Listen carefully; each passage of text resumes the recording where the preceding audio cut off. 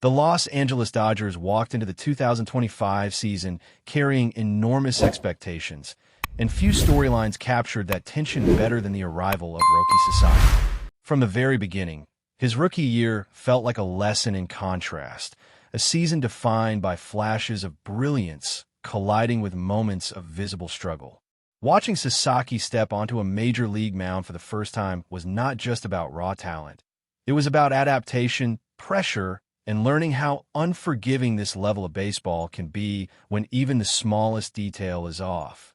Sasaki entered the season openly acknowledging that he was still a work in progress, and that honesty became a defining theme. Thrust into a global spotlight for his debut overseas, he showed exactly why scouts have been obsessed with him for years. The velocity jumped off the screen immediately, with triple-digit heat that made hitters uncomfortable from the first pitch. But that same velocity quickly became the central question of his season. It was not about whether he could throw hard. It was about whether he could sustain it, command it, and pair it with the precision needed to survive against elite hitters who punish mistakes without hesitation. Early outings told a complicated story. Sasaki was not getting shelled, but he was not dominating either. The strikeouts were not piling up the way they had in Japan, and the walks became an issue that kept pushing his pitch counts higher than desired. Over his first stretch of starts, his earned run average hovered in uncomfortable territory, and while there were innings where his raw stuff looked electric, there were others where the lack of command unraveled entire outings. It was clear that this was not the polished phenom many fans expected, but rather a gifted arm still learning how to harness his tools in a different baseball environment. One of the most noticeable changes was his fastball. Back home, it lived comfortably near triple digits and overwhelmed hitters with late life. With the Dodgers, that same pitch often sat several miles per hour lower, and without elite velocity, it became more hittable. Major league batters were not missing it at the same rate, and when they connected, the damage was louder. Home runs began to appear, and suddenly the fastball that once defined his dominance was the very pitch opponents were hunting. At the same time, his signature forkball continued to show why it is such a unique weapon. When he located it properly, hitters flailed at it, producing awkward swings and soft contact. It remained his most reliable pitch, generating swings and misses even when other parts of his arsenal betrayed him. The problem was that relying too heavily on one pitch made him predictable, especially when his fastball could not consistently set it up. Physical setbacks only complicated matters further. Sasaki had dealt with injuries before arriving in the United States, and those concerns resurfaced as the season wore on. The Dodgers attempted to manage his workload and even encouraged him to dial back his effort in hopes of keeping him healthy. But that approach seemed to strip away the very edge that made him special. Without full velocity and crisp command, he became stuck in between, not fully unleashed and not fully effective. Eventually, those issues culminated in a stint on the injured list, sidelining him for a significant portion of the summer. While sidelined, the focus shifted from results to mechanics. The organization took a deep dive into his delivery, searching for answers that could restore both his health and his effectiveness. What they found was subtle but impactful. His lower body mechanics were disrupting the flow of energy through his delivery, causing him to rotate too early and bleed velocity before the ball ever left his hand. It was the kind of issue invisible to casual viewers, but devastating at the highest level. Rehabilitation outings in the minor leagues reflected that ongoing battle. There were starts where the velocity ticked up slightly, offering hope, followed by outings where the command wavered and the progress stalled. The message from the Dodgers was clear and uncompromising. Talent alone would not earn him a spot. Performance would. In the middle of a playoff race, every inning mattered, and Sasaki had to prove that he could contribute at a level worthy of October baseball. What followed was not an overnight transformation, but a gradual one. Through mechanical adjustments and a renewed mental approach, Sasaki began to look more like the pitcher who once terrified hitters overseas. The fastball regained life, the forkball played up, and most importantly, his presence on the mound changed. There was a confidence returning, a sense that he trusted his body and his stuff again, even if everything was not yet perfect. This version of Sasaki did not resemble a finished product, but it hinted at something dangerous. The inconsistencies, the setbacks, the long road back from injury all became part of his rookie identity. Instead of a smooth ascent, his first season unfolded as a test of resilience, patience, and adaptability. It was messy, frustrating at times, and far from flawless. Yet within that imperfection lived moments that reminded everyone why the Dodgers believed in him in the first place. As the season moved into its decisive stretch, the conversation around Roki Sasaki quietly shifted. What once revolved around whether he could survive as a starter began to focus on how his raw ability might be best deployed when the games mattered most. The Dodgers found themselves searching for answers in the bullpen, and for Sasaki, that role became an unexpected lifeline.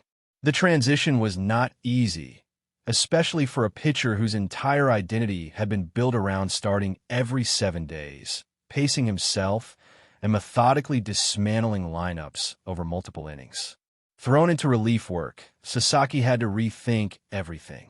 There was no time to feel his way through an outing, no margin for early command issues, and no safety net if a pitch leaked over the plate. Each appearance demanded immediate intensity. Surprisingly, that urgency seemed to unlock something. His fastball played up in shorter bursts, regaining the life that had gone missing earlier in the year. Hitters suddenly looked rushed again, laid on pitches they had been squaring up months earlier. The forkball, thrown with conviction, became devastating in these condensed appearances, diving under bats and freezing hitters who expect a velocity. The mental shift was just as important as the physical one. Sasaki carried himself differently on the mound, with a sharper edge and a visible sense of belonging. The hesitation that once crept into his body language disappeared, replaced by confidence and aggression. In these moments, he no longer looked like a rookie searching for answers, but like a pitcher embracing responsibility. Opponents felt it, too, as their production against him dipped noticeably once he settled into this new role. When the postseason arrived, the Dodgers leaned into what was working. Sasaki was no longer asked to be something he was not. Instead, he was given defined moments, high-leverage situations where his best pitches could shine. He responded with poise, delivering scoreless outings that swung momentum and silenced opposing crowds. His approach was simplified, relying heavily on his fastball and forkball, and that simplicity became a strength. Hitters struggled to pick up either pitch, and when they guessed wrong, the result was often a swing through empty air. There were, however, reminders that this transformation came at a cost. As the games piled up, fatigue began to surface. Velocity dipped slightly, and command wavered just enough to create tense moments. In one outing, he needed help escaping trouble, and in another, he labored through an inning that tested both his mechanics and his composure. These moments did not erase his impact, but they highlighted the limits of his body after a season filled with starts, injuries, adjustments, and an abrupt shift in role. Even so, his postseason emergence changed the way he was perceived within the organization. What began as a year of uncertainty evolved into a showcase of adaptability. Sasaki proved that he could adjust on the fly, absorb instruction, and apply it under the brightest lights. He was no longer defined solely by lost velocity or early season struggles, but by his ability to contribute when the stakes were highest. Looking ahead, the Dodgers see a pitcher still very much in development. The plan is not to abandon the idea of him as a starter, but to build upon the lessons learned during this turbulent rookie year. There's talk of refining his pitch mix, possibly leaning into variations that could give hitters another look to worry about. Maintaining elite velocity will remain a priority, but so will command, sequencing, and durability across a full season. What makes Sasaki's story compelling is not that everything went right, but that so much went wrong before it began to come together. His rookie season was not a highlight reel from start to finish. It was uneven, challenging, and at times uncomfortable to watch. Yet within those imperfections were signs of growth that cannot be taught. He learned how to fail on a bigger stage, how to rebuild trust in his body, and how to redefine himself when the original plan no longer fit. Those experiences now shape the pitcher he is becoming. And as the Dodgers prepare for the next chapter, they do so knowing that this version of Sasaki is forged not by dominance alone, but by the struggle that forced him to evolve. As the postseason grind reached its final stages, the spotlight grew heavier, and every appearance carried the weight of history. For Sasaki, those moments were a continuation of the same lesson he had been learning all year, that perfection is not a requirement for impact. In the biggest games, execution mattered more than aesthetics. There were innings where the delivery was not clean, where the timing felt rushed, and where adrenaline threatened to overthrow mechanics. Yet he still found ways to record outs. That ability to survive imperfect moments became just as valuable as raw dominance. The World Series only amplified that reality. Sasaki walked a fine line, mixing brilliance with visible tension. There were pitches that missed badly, plays that felt rushed, and sequences that tested the patience of everyone watching. And yet, somehow, the results kept tilting in the Dodgers' favor. Opponents pressed, base runners made mistakes, and innings unraveled, not because everything was executed flawlessly, but because pressure magnified every small decision. Sasaki stood at the center of that chaos, absorbing it rather than shrinking from it. His final appearance of the year will be remembered not for how clean it looked, but for what it represented. A season that began with overwhelming expectations ended with him still standing, still trusted, and still capable of influencing the outcome when it mattered most. That arc matters more than any single pitch.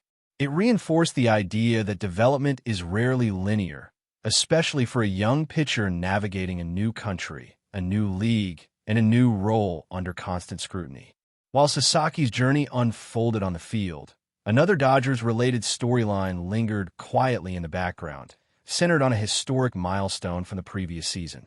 The home run ball that marked Shohei Ohtani's entry into unprecedented territory continued to generate discussion long after it left the park. What should have been a frozen moment in time instead became tangled in legal uncertainty, turning a symbol of greatness into an ongoing dispute. The strange part of that situation is that the baseball itself is no mystery. Its location is known, its ownership is temporarily settled, and its significance is unquestioned. What remains unresolved is not the history attached to it, but the money tied to its sale.